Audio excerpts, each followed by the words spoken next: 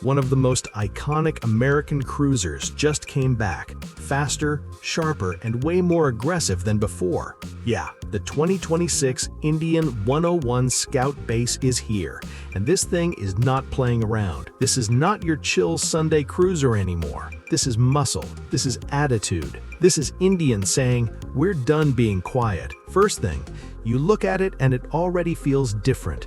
Lower stance, tighter body, more performance vibes. It's still got that classic Scout DNA, but now it looks like it hit the gym and came back angry. And here's where it gets interesting. Under the tank, you're getting that upgraded Speed Plus engine.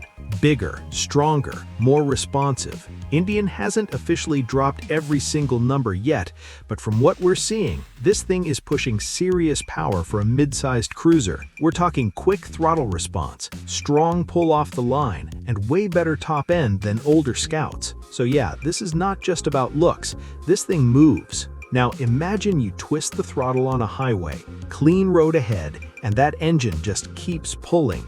No hesitation, no lag, just raw, smooth power. That's the vibe Indian is going for here. But wait, there's more to this.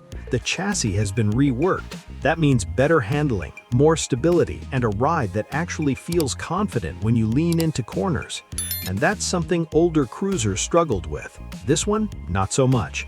It feels planted, balanced, controlled. You're not just riding straight lines anymore. You can actually have fun in the curves. Now let's talk suspension for a second, because yeah, Indian didn't miss here. You've got that aggressive tank design, bold stance, clean lines, and that signature American muscle look. It's minimal but powerful, nothing overdone, nothing fake, just raw presence. And the seating position? Low, comfortable, but still slightly aggressive. You feel in control, not laid back like you're half asleep. This is a rider's bike. Now, real quick, if you're into bikes like this, performance cruisers, street machines, stuff that actually gets your heart going, hit that like button and subscribe. There's a lot more coming your way. All right, back to the machine. Let's talk tech. Indian is slowly stepping into the modern game. You're getting updated electronics, improved display, and better ride feel overall.